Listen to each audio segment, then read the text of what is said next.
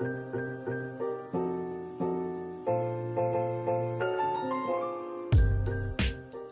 buenas a todos, bienvenidos una vez más a Tecno, bienvenidos a un nuevo vídeo. Y en esta ocasión, como habéis leído en el título, vamos a estar explicando el funcionamiento de un domain controller, ¿vale? Que básicamente un domain controller es un ordenador que está encendido a las 24 horas y que tiene dispositivos conectados.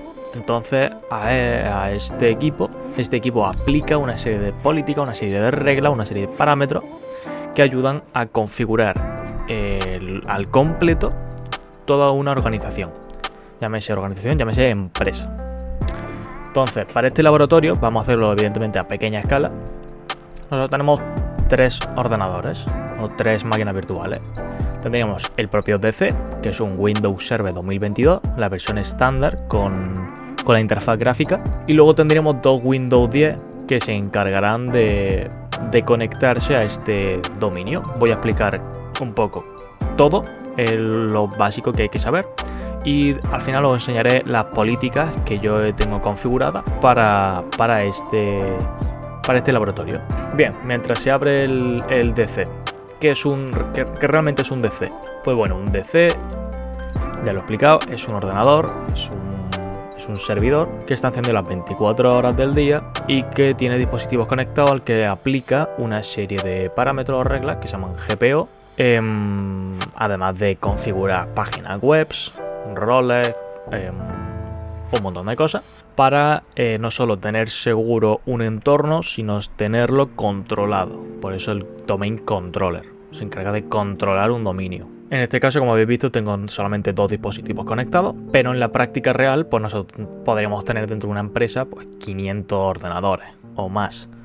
Así que hay que tener bastantes bases, hay que ponerle empeño a este tema si lo que queréis el día de mañana es poder administrar una empresa completa a nivel de infraestructura. Bien, voy a hablar también de los adaptadores de red, es una cosa bastante importante.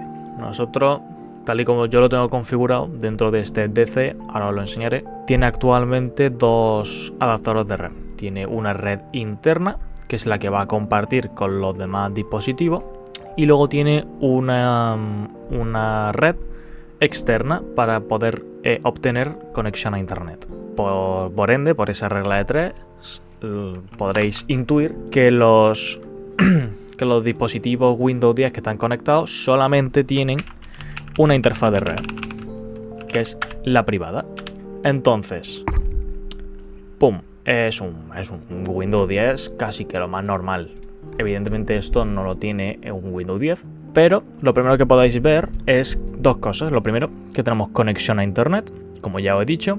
Y lo segundo, que tenemos un fondo de pantalla personalizado. Esto tiene que ver con unas GPO, ¿vale? Que son unas políticas que voy a explicar más adelante, en el que configuramos un fondo de pantalla específico para cada usuario. Pero lo primero, ¿cómo hago yo para conectar 2 máquinas Windows a un servidor? Lo primero y lo importante es configurar lo del adaptador de red. No solo que tenga un adaptador de red o 2, sino qué parámetros tiene ese adaptador de red. Lo primero y primordial es que las IPs de todos los dispositivos tienen que ser fijas para evitar problemas de seguridad y de control. Todos los ordenadores tienen que tener una IP fija. En mi caso, por ejemplo, la del DC es 192.168.10.10.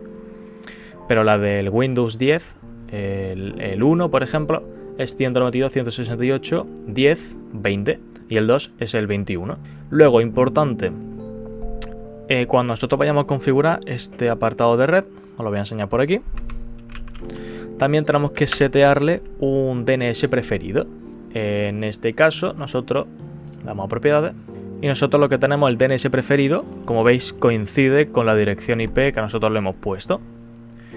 En los otros 2 sistemas de Windows también tendremos que ponerle el DNS preferido, el 1010, que es nuestro servidor. Y bien, por resto, ¿qué nos queda? Cambiarle el nombre del equipo, ¿vale? Nosotros hay una parte, creo que es sistema directamente, que nosotros podemos cambiar el nombre de este equipo. Entonces, yo actualmente lo tengo como DC1 y los otros Windows 10, que ahora lo veremos, están como Active Directory AC-Windows 10-01 o 02. Es una forma simplemente de tener un nombre específico a cada equipo y no tener letras aleatorias. Entonces, ¿cómo lo podemos ver nosotros? Cuando configuremos correctamente todo eso, podremos hacer también otra cosa, que es cuando nosotros, esto es en Windows 10, aunque yo estoy en un Windows Server, lo haríamos en un Windows 10. Cambiar el nombre de este equipo avanzado. Y aquí pone cambiar el nombre de este equipo, cambiar el dominio. Si nosotros le damos a cambiar, nos saldrá una interfaz donde nos saldrá actualmente un grupo de trabajo work group o un dominio que tendremos que seleccionar y poner el nombre del dominio de nuestro server. ¿Qué nombre de dominio le pongo? Si no tengo todavía uno, tenemos que configurarlo. En Windows Server nos iríamos a administrar, agregar rol y característica y daremos siguiente, siguiente, siguiente y tendremos que activar por defecto el servicio de dominio de Active Directory y el servidor DNS. Yo extra le he agregado un servidor web que tiene que ver con la última GPO, que luego la enseñaré. Así que le damos siguiente, siguiente, instalar y ya podríamos tener un dominio. Aquí se vería servidor local. Aquí pone grupo de trabajo y nombre del equipo, dominio.local. Entonces nosotros en cada dispositivo de Windows 10, en ese apartado de dominio, tendremos que ponerle dominio.local. ¿Esto que nos va a pedir? Unas contraseñas de administrador. Tenemos que poner la contraseña con la que hemos iniciado sesión en el servidor. Bien, una vez tenemos configurado todo eso, ya nos saldría automáticamente los dispositivos como conectados. ¿Dónde? Si nosotros nos vamos a herramientas, aquí abajo pondremos usuario y equipo de Active Directory. Aquí nos va a salir todo esto así. Nosotros desplegaríamos en dominio.local y por defecto nos aparecerían computers. ¿Qué es lo que nosotros deberíamos hacer para tenerlo un poquito más controlado? Clic derecho en dominio local, nuevo, y pone unidad organizativa. Yo le he llamado empresa y dentro de esta empresa he agregado 3 organizaciones, unidades organizativas. La de equipo, que tenemos los 2 equipos conectados. La de grupos, que yo tengo 3 grupos creados, que es IT, web y el de usuarios, que están todos los usuarios. Y luego tendríamos el apartado de usuarios, donde crearíamos literalmente todos los usuarios. Tendríamos 5 en este caso, cada uno con sus credenciales. Todo configurable de si la contraseña expira, no expira, tiene que cambiarla, una fija, lo que sea. Bien, aquí pues podríamos tenerlo ya un poco controlado. ¿Por qué he dicho lo de cambiar el nombre de los equipos? Porque si nosotros nos vamos a lo de los equipos, nos van a salir el nombre del equipo que tenga puesto. Si nosotros tenemos nombre aleatorio, no sabemos cuál es cuál. Entonces, Active Directory Windows 10.01, Active Directory Windows 10.02. Bien, lo siguiente sería configurar el DNS. Nos iríamos aquí a DNS. Y aquí en búsqueda de aquí, pues tendríamos aquí donde podríamos configurar diferentes cosas. No me voy a entrar mucho en detalle. Si queréis que lo explique más detalladamente, dejadmelo abajo en comentarios. Yo lo único que quiero hacer hincapié es que nosotros podemos agregar un nuevo host, que lo explicaré más adelante cuando os enseñe la parte del IIS, que es lo de la parte web. Entonces, como yo extra, ya he dicho, me he descargado el IIS, os voy a enseñar qué es lo que es. Si yo me voy a herramienta, administrador de Internet Information Service. Nosotros aquí podemos hostear un nuevo dominio, ¿vale? Yo puedo darle a clic derecho en sitio, agregar sitio web. Yo tengo 2 webs actualmente, tengo la default, que viene por defecto, y la internet, que es la que yo he creado. Aquí, como veis, la ruta de acceso es C web intranet. ¿Por qué? Porque yo me he creado una carpeta aquí en el C, webs intranet, y aquí tengo HTML, CSS y JavaScript, incluso un JSON, que es básicamente la propia página web. Entonces, una vez tenemos todo eso configurado y los dispositivos están conectados y encima tenemos los usuarios, ya solo nos queda terminar de configurar y disfrutar del propio entorno. Entonces yo tengo que dejar esto encendido, pues si no, no tiene gracia lo que estamos haciendo. Y voy a arrancar otro Windows 10. Ahora vais a ver cómo voy a loguearme con un usuario que tengamos metido dentro de nuestra unidad organizativa con sus credenciales, y vais a ver principalmente dos cosas que probablemente os llamen la atención. Uno es el fondo de pantalla y otro es una ventana que va a salir. Voy a explicar primero lo de la ventana, os explicaré la segunda GPO y por último lo de la ventanita, que es la más impactante y la que tiene realmente el mayor curro. El último usuario con el que me he logueado es Pablo, así que voy a meterme con Pablo igualmente. Epa. Aquí, bienvenido Pablo. Y como podréis ver, me aparecen dos cosas. El fondo de pantalla, que es personalizado para cada usuario, configurado en una GPO, y una ventana emergente, que sale pues este mensaje: buenas tardes Pablo, porque pilla la hora del sistema y pilla también el nombre del usuario. Que tengas un día productivo, visita la web para ver tus tareas. Visitar la web o cerrar. Bien, aquí hay dos cosas importantes que comentar. Dentro de las políticas, nosotros podemos configurar que se abran aplicaciones, que se abran script. En mi caso, se abre un script de PowerShell que lo tengo definido en el DC. ¿Vale? En el C yo uso Antigravity. Me permite programar todo lo que yo tenga que programar de una forma mucho más sencilla. Yo tengo en mi carpeta por defecto, la que tengo, la última en la que he trabajado, pues tengo el PS1, ¿vale? Que es el script en PowerShell que he tenido que aprender en menos de una semana. Cosita interesante a comentar. Que básicamente de lo que se encarga es de crear una ventana para... Bueno, aquí podéis ver un poquito el código. Primero pilla la hora, ¿vale? Y obtiene la hora del día.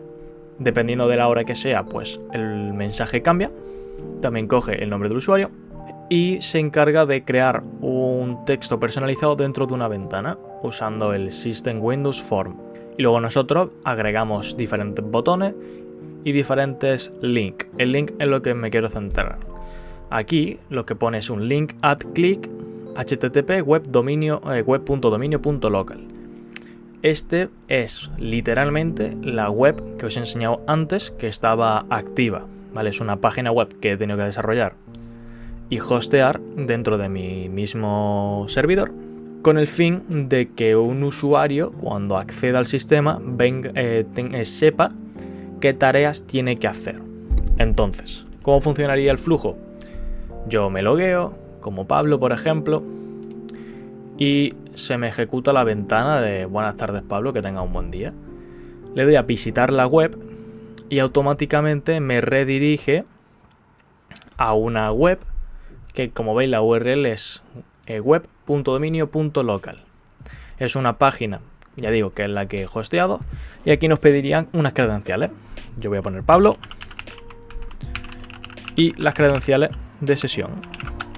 Si no es correcta, pues nos va a decir que las credenciales no son correctas. Vale, no sé por qué me está dando error con Pablo. Voy a usar el de Adrián, que es el mío. Y como veis, acceso concedido, redirigiendo. Esto es un dashboard, es un panel de tareas personalizado con JavaScript, donde carga un fichero JSON, que tengo también definido, con todas las tareas de todos los usuarios. Y aquí nosotros pues podremos ver todas las cosas que tenemos que hacer, ¿no? Si es alta prioridad, prioridad media, o si simplemente pues es baja prioridad, ¿no? Entonces, esto es muy básico, pero aún así yo creo que sirve como guía para explicar la potencia que tiene las GPO, ¿no? El hecho de que un usuario pueda loguearse en un dispositivo y que tenga acceso a una web privada donde aparezca todas las tareas que tiene que hacer, me parece una GPO bastante interesante. Y lo dicho, con bastante curro por detrás, porque no solo es configurar la GPO en sí, que ya lleva un trabajo, sino el hecho de programar en PowerShell una ventana emergente y desarrollar una página web con HTML, CSS y JavaScript hosteada en el propio DC. Entonces, esto es un poco lo que quería enseñaros. No tiene tampoco mucho más misterio. A partir de aquí pues podremos hacer 1000 millones de cosas. Podríamos... Sí, opino lo mismo. Podríamos configurar un montonaco de cosas. Y aquí ya la imaginación está en vosotros y en lo que queráis configurar exactamente. Si queréis tenerlo mucho más restringido, tener más libertad, tener carpetas compartidas, que es otro tema. Yo tengo en el DC, yo tengo una carpeta en este equipo. Bueno, de hecho en este equipo no, voy a mapear, que se llama aquí el dominio.local, y como veis nosotros pues tenemos diferentes carpetas. Estas carpetas no tienen acceso los usuarios, pero nosotros como administradores pues tenemos acceso. Lo que pasa es que las carpetas están vacías. De hecho, de NetLogo es una que tengo como mía en el DC, pero que luego no tiene nada. Vale, el resto de carpetas están vacías. El sysball sí que es verdad que tiene cosas. Al dominio.local pues tiene la parte de script. Esto evidentísimamente no puede acceder cualquier usuario, no puede acceder ningún usuario. Y eso se hace aplicando diferentes políticas de seguridad. Si queréis saber más acerca de las políticas, acerca de cómo se configura un DC, etc., dejadmelo abajo en comentarios y yo con gusto os grabaré un vídeo mucho más desarrollado, mucho más específico, explicando cómo se hace cada tipo de cosa.